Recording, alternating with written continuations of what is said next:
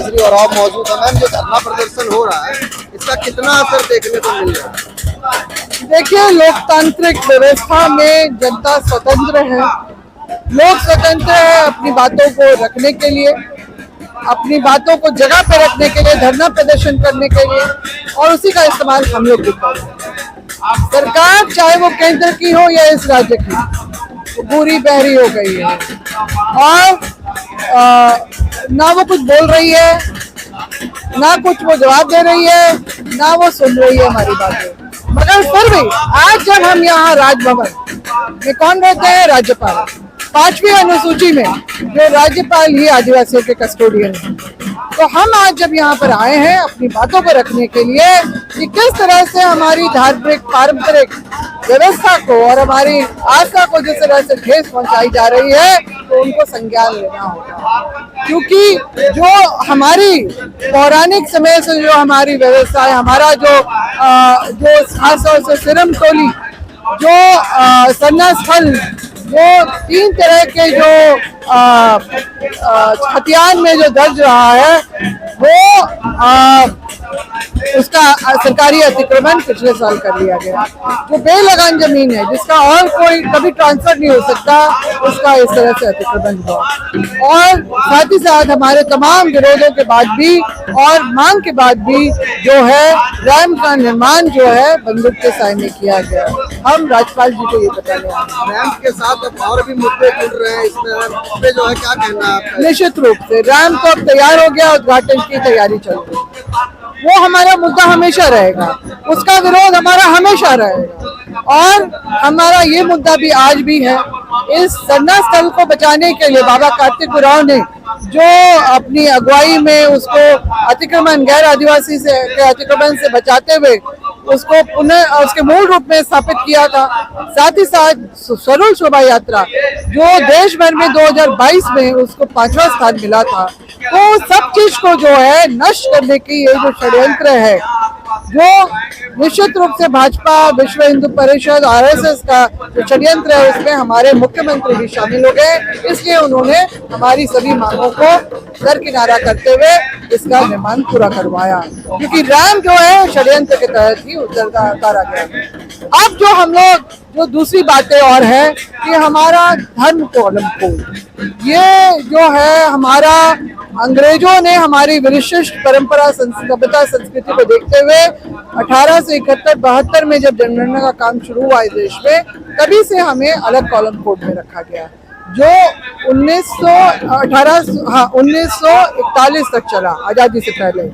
उसके बाद तो विश्व युद्ध वगैरह छिड़ गया और देश भी आजाद हुआ। तो संविधान के निर्माण के बाद 1951 में पहले ट्राइबल था, उसके बाद 1961 से आदिवासी धर्म एवं अन्य मान्यता है, मतलब प्रकृतिवादी आदिवासी और उनके समान अगर कोई मान्यता है तो वो लोग अपने इस 7वें नंबर के जो कोड पे अपनी पहचान दर्ज करवा सकते हैं।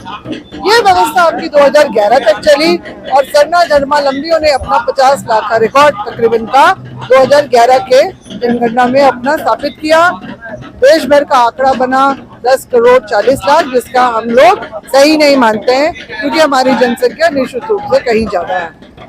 अब 1994 में आरएसएस के हेडक्वार्टर नागपुर में 1 दिवसीय अधिवेशन होता है, 2 एजेंडे बनते हैं, बड़े दो टूक पे संपूर्ण हिंदू राष्ट्र बनाना, आदिवासी को खत्म।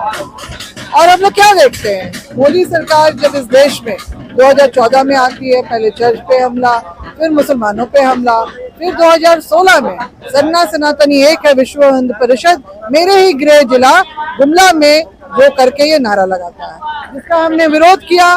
तो 2017 में आरएसएस के प्रमुख झारखंड में आके ये घोषणा करके जाते, जैसे वो ऐलान कर रहे हो कि आदिवासी हिंदू ही तो है, तो अलग से कॉलम कोड जो संविधान ने हमें दिया, जो मान सम्मान, जो जगह दी, हमें अधिकार हमारे जो सुरक्षित किए, उसको ऐसे लोगों ने जो है मिटाने का काम किया है। धर्म कोड की मांग जो है, कल कांग्रेस भी इसको लेकर धरना प्रदर्शन कर रही थी, लेकिन इतने साल कांग्रेस सत्ता में रही तो वो क्यों लेकर नहीं आई फिर? अरे भाई 2011 तक आखिरी जो जनगणना, अभी दूसरा जनगणना अभी तक हुआ नहीं है। अभी ये जाति जनगणना भी मोदी जी को मजबूरन जो पहलगाम की जो घटना हुई, उसके बाद जो आपका सीज फायर जिस तरह से करना पड़ा, ठीक है, आप एक बार ऐलान करते हैं, उसके बाद सीज फायर भी ट्रम्प के जो धमकी पे देने पे आप लोग कर देते हैं, तो उसी की लिपापोती में ये जाति जनगणना आई।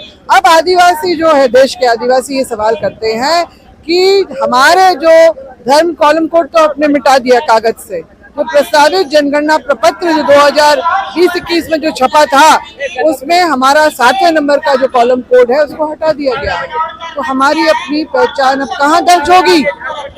निश्चित रूप से इनकी मंशा है कि आदिवासियों का कागजी धर्मांतरण जबरन जो है हिंदू में हो जाए, और जब हिंदू में हो जाएगा तो बोलेंगे तुम भी हिंदू हम भी हिंदू, तो तुम्हारे संवैधानिक प्रावधान जो 13(3) में हमारी रूढ़िवादी परंपरा, हमारी व्यवस्थाओं, हमारी जमीन संबंधी कानून और जो अनुच्छेद 244(1) में 5वीं अनुसूची और 6वीं अनुसूची जो है सब विलोपित हो जाएगा, क्योंकि हम भी हिंदू वो भी हिंदू। तो ये सारी चीजें, और हमारी क्योंकि आदिवासी कभी भी वर्ण व्यवस्था में नहीं रहा, तो निश्चित रूप से हमारी गति महाशूद्र से भी बदतर होगा। से खतरा है आदिवासी को, तो कन्वर्जन से आप कितना खतरा देखती है? देखिए, कन्वर्जन तो लोग अब कर ही रहे हैं। अब इसमें मैं इसी में हो रहा है, और इसमें जो है कहीं न कहीं सरकार भी दोषी है। तो इसमें आप लोग, वैसे तो संविधान ने स्वतंत्रता दी हुई है, मगर मैं ये कहना चाहूंगी कि 2024 में एक बड़ा बवाल जनजातीय सुरक्षा मंच छत्तीसगढ़ के जो अध्यक्ष के द्वारा पूरे देश भर में आदिवासी क्षेत्रों में जाके किया गया कि जो धर्मांतरित आदिवासी हैं उनको आरक्षण का लाभ नहीं मिलना चाहिए, और वो घर वापसी करेंगे कहाँ? हिंदू धर्म में, तभी उनको आरक्षण मिलेगा। अरे भाई, आप हिंदू धर्म की बात कर रहे हैं, हम हिंदू नहीं हैं, हम ये बात कर रहे हैं। तो यहाँ पर इस तरह की बातों को, और दिलीप सिंह की भी बात की उस समय, तो ये इस तरह की दो तरफा चीजें नहीं चलेगी। या तो आप जो है, अगर आपको आदिवासी बोलते हैं और आदिवासियों की बात उठाते हैं, तो आपको आदि धर्म की बात करनी होगी। ये इस तरह का जो है दाएं बाएं वाला और ये घटिया राजनीति हम नहीं को सरना धर्म कोड को मांग को कितना समर्थन देते हैं? देखिए, सरना कोड का जो है, एक तो है कि ये यहाँ पर अपना जो धरना दे रहे हैं, मगर मैं तो ये कहूंगी जब तक हमारा मूल कोड वापस नहीं होगा तब तक आप पहचान कहाँ? देखिए, ये सरना कोड की मांग जो है, जैसे गोंड भील वगैरह उन्होंने भी किया था, तो 2015 में एक चिट्ठी निकली थी गृह मंत्रालय के रजिस्ट्रार जनरल ऑफ इंडिया के ऑफिस से कि 90 के तकरीबन जो आवेदन आए हैं अलग अलग कोड मांग कर रहे हैं आदिवासी समुदाय, तो व्यवहारिक रूप से संभव नहीं, क्योंकि 24 शाखाएं होने के बावजूद भी हिंदुओं को एक ही कॉलम दिया गया, कोड दिया गया। 2 चर्च, 2 आपके शिया सुन्नी, 2 आपके जो सिख का पंथ, और जो 2 आपके बुद्ध का और जैन का भी, सबको एक एक कॉलम कोड मिला है ना, तो अलग अलग तो मिल नहीं सकता। अगर हमको सरना कोड दे देंगे तो भील गोंड तो चुपचाप नहीं बैठेंगे। तो ये जो इस बात को समझना होगा, और मूल रूप से जो पूरे देश भर के आदिवासी, जैसे देश भर के हिंदू मुस्लिम सिख ईसाई के लिए, देश भर के आदिवासियों के लिए भी हम लोगों को कोड कॉलम की मांग, उसको पुनर्स्थापित, पूरे आदिवासियों के लिए एक कोड होना चाहिए। एक कोड बिल्कुल, जो पहले था 2011 था, और ये कुछ लोग अपनी राजनीति चमकाने के लिए जरूर करते रहे हैं, लोगों को भटकाने का काम करते रहे हैं, मगर इसका फलाफल आज के डेट में क्या निकला? आखिर ये हटा दिया गया। तो अगर वो नहीं रहेगा तो सरना कोड या गोंडी भीली कोया परनेम टोडी कुछ नहीं होगा। इस बात को सब बाकी प्रदेश के आदिवासी समझ गए हैं, बस यहाँ पर ही सरना कोड की राजनीति चल रही है। तो सरना धर्म कोड क्या लगता है मैम कि ये सच में ये आदिवासियों की हित की मांग है या फिर सिर्फ नहीं, मैं इसमें सहमत, भाई हम भी तो सरना अपनी पहचान दर्ज करवाते आए हैं, हम लोग दशकों से करवाते आए हैं, तो उससे हम लोग को परहेज नहीं है, मगर व्यवहारिक क्या है, इन सब चीजों पे भी तो ध्यान देना होगा ना। टेक्निकली हम कहाँ पर सही हो सकते हैं, तो मूल कोड होगा तभी तो बाकी आदिवासी क्या करेंगे सब लोग। जब मैंने 2020 में, जब हमारी तत्कालीन राज्यपाल और वर्तमान में जो देश की राष्ट्रपति हैं आदरणीय द्रौपदी मुर्मू जी को मैंने 20 अक्टूबर 2020 को अल्बर्ट एक्का चौक पे मानव श्रृंखला बंद करने के बाद हमने उनको ज्ञापन सौंपा था, तो उनका भी यही इसी बात पे उनकी सहमति थी। 2020 में अखिल भारतीय आदिवासी विकास परिषद, जिसकी मैं प्रदेश अध्यक्ष झारखंड शाखा और महिला प्रकोष्ठ की मैं राष्ट्रीय अध्यक्ष हूँ, तो हमारे प्रतिनिधि मंडल ने जाके राष्ट्रपति को धर्म कॉलम कोड को पुनर्स्थापित करवाने के लिए उनसे गुहार लगाई थी। तो ये सारी चीजें जो हैं, बातों को समझना होगा। सिर्फ हवा में तीर मारने से हम सिर्फ और सिर्फ उन लोगों को मदद कर रहे हैं जो हमारी चीजों को खत्म करने का मंशा बना चुके हैं। और अभी तक जो उन्होंने तमाम, क्योंकि मैं 2021 में रजिस्ट्रार जनरल ऑफ इंडिया, गृह मंत्रालय, भारत सरकार के दफ्तर में 2 बार गई हूँ। दोनों बार 2-2 घंटे बात करने के बावजूद भी नतीजा ये है कि आज हमारे बच्चों को 5वीं अनुसूची में हमारे सन्ना आदिवासी बच्चों को राष्ट्रीय छात्रवृत्ति से वंचित किया जा रहा है, क्योंकि जो फॉर्मेट है, जैका फॉर्मेट जो 2023-24 का निकला था, उसमें हिंदू, मुस्लिम, ईसाई, सिख और जैन बच्चों के लिए कॉलम कोड था, मगर सन्ना आदिवासी बच्चों का नहीं। तो मंशा इनकी यही है कि किसी भी तरह से मजबूर होके यह हिंदू में वो तो नहीं होगा। हम अपने अधिकार को, मान सम्मान को, अपनी पहचान को हम लोग वापस लेना चाहते हैं। हिंदुओं में कन्वर्ट होना जो आप बोल रही हैं, तो इसका विरोध कर रही हैं। जो क्रिश्चियन में कन्वर्ट हो रहा है, इसके लिए आप क्या बोलेंगे? नहीं, उनको भी देखिए, आस्था की बात है। उनको कन्वर्जन संविधान से ये अगर अपनी मर्जी से हो रहे तो अलग है, हाँ। किसी प्रलोभन से अगर हो रहे वो तो गलत है। हाँ, वो प्रलोभन से हो रहा है तो निश्चित रूप से गलत है। अगर उनकी आस्था जगती है तो जो जा सकता है। के बहुत सारे गाँव में देखते हैं कि आदिवासी जो है किसी प्रलोभन के वजह से, चाहे वो पैसे हो या इसी प्रलोभन देकर उनको कन्वर्ट करवाया जा रहा है, उस पर क्या कहेंगे आप? देखिए, जहाँ सरकार नहीं पहुँच पाती वहाँ मिशनरीज पहुँच जाते हैं, और कहीं ना कहीं से कुछ फायदा, लाभ या कुछ आश्वासन मिलता है तो लोग कन्वर्ट हो जाते हैं। तो इस तरह से जो है, सरकार को अपनी नीतियों में मजबूती लानी पड़ेगी।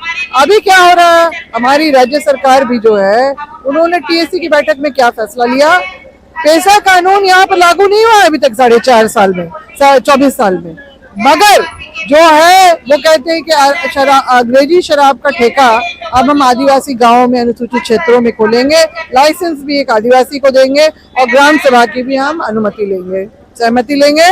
मगर मैं बताना चाहूंगी कि मेरी देखी हुई चीज है कि चाहे वो शहर हो, जैसे कि सिरम टोली का भी जो सरकारी अतिक्रमण हुआ 10 फीट का, उसके लिए भी कोई ग्राम सभा नहीं बुलाई गई।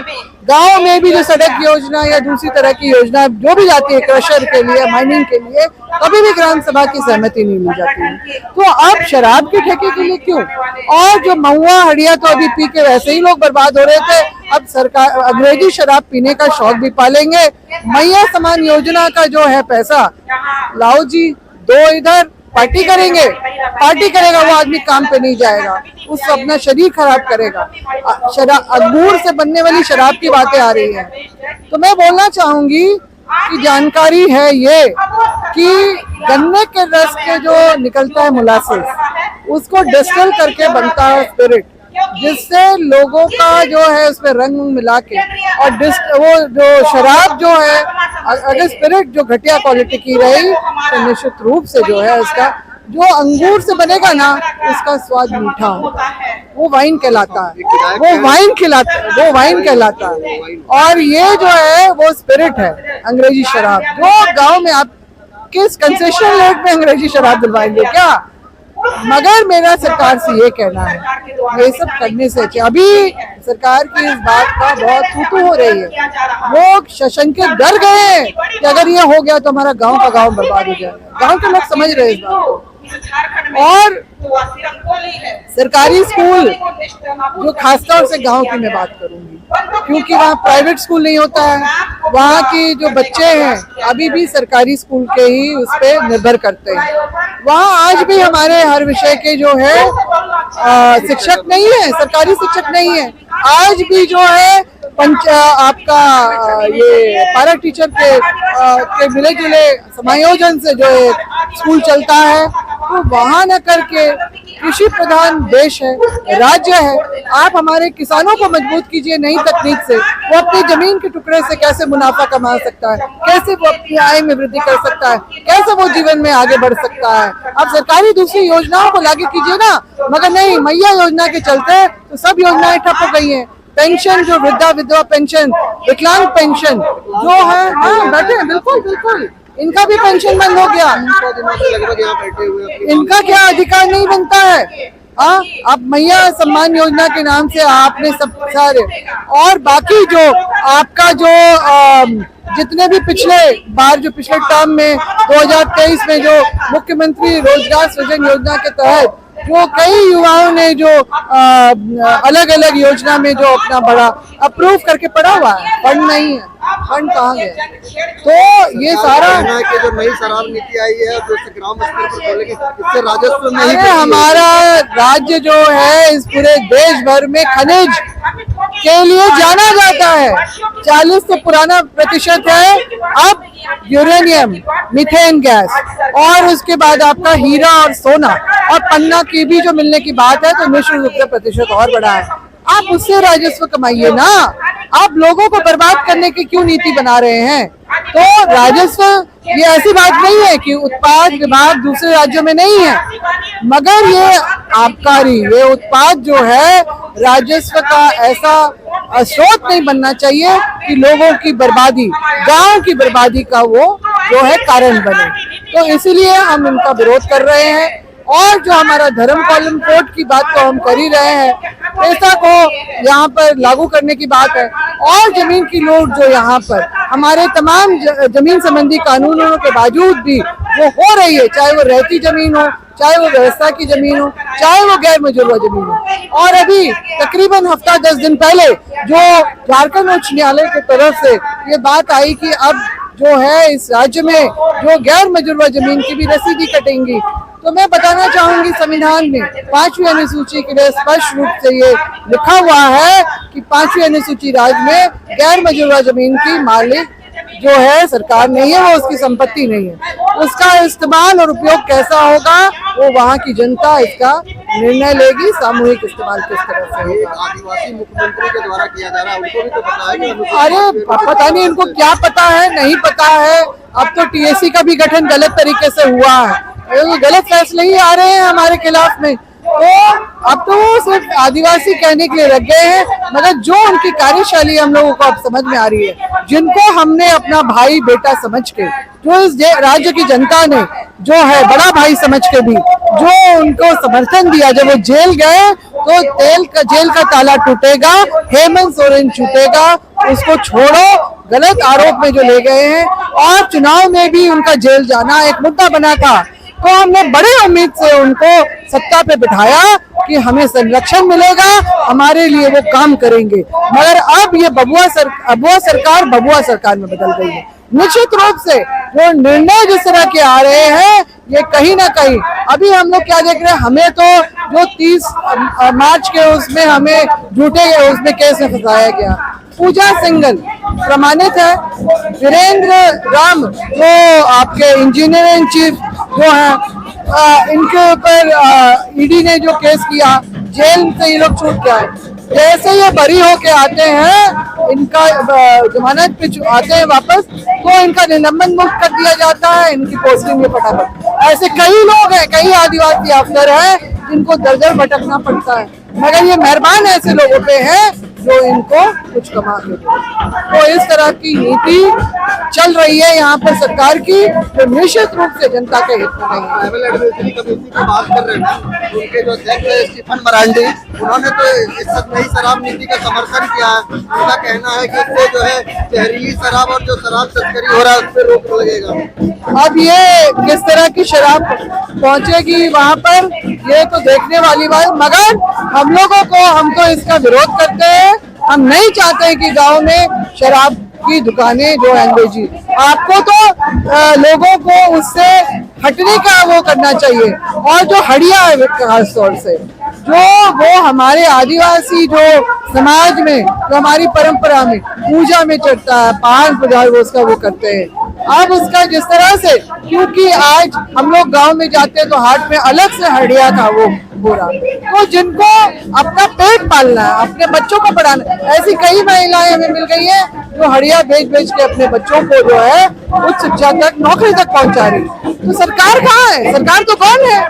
तो इस तरह के आप जो है लोगों को उनके हाल पे छोड़ देंगे और इस तरह की बातें भी करेंगे तो ये दो तरफा देखली बातें, नीति ही नहीं चलेगी। 4 जून को जो बंदी बुलाया गया उसको लेकर मैं आपसे कुछ हाँ, 4 जून को हमने जो है संपूर्ण झारखंड बंद का हमने आह्वान किया है और लोग तो इन सारी चीजों को लेके है बहुत ज्यादा आक्रोशित है। और अब जो सरकार नीति, शराब नीति का भी जो है उसमें भी सरकार की थूथू तो हो ही रही है, गांव-गांव के लोग बड़े शासंकित हो गए हैं। तो हम आपके चैनल के माध्यम से भी बोलेंगे कि झारखंड बंद जो है उसमें ज्यादा से लोग आके, जिस तरह से रांची बंद सफल हुआ था हमारा, आप अपने अधिकारों को लेकर इस बंदी का हिस्सा बने और सरकार तक अपनी बात को पहुंचाने का, अपनी आवाज को पहुंचाने का काम करने में अपनी भागीदारी सुनिश्चित करें।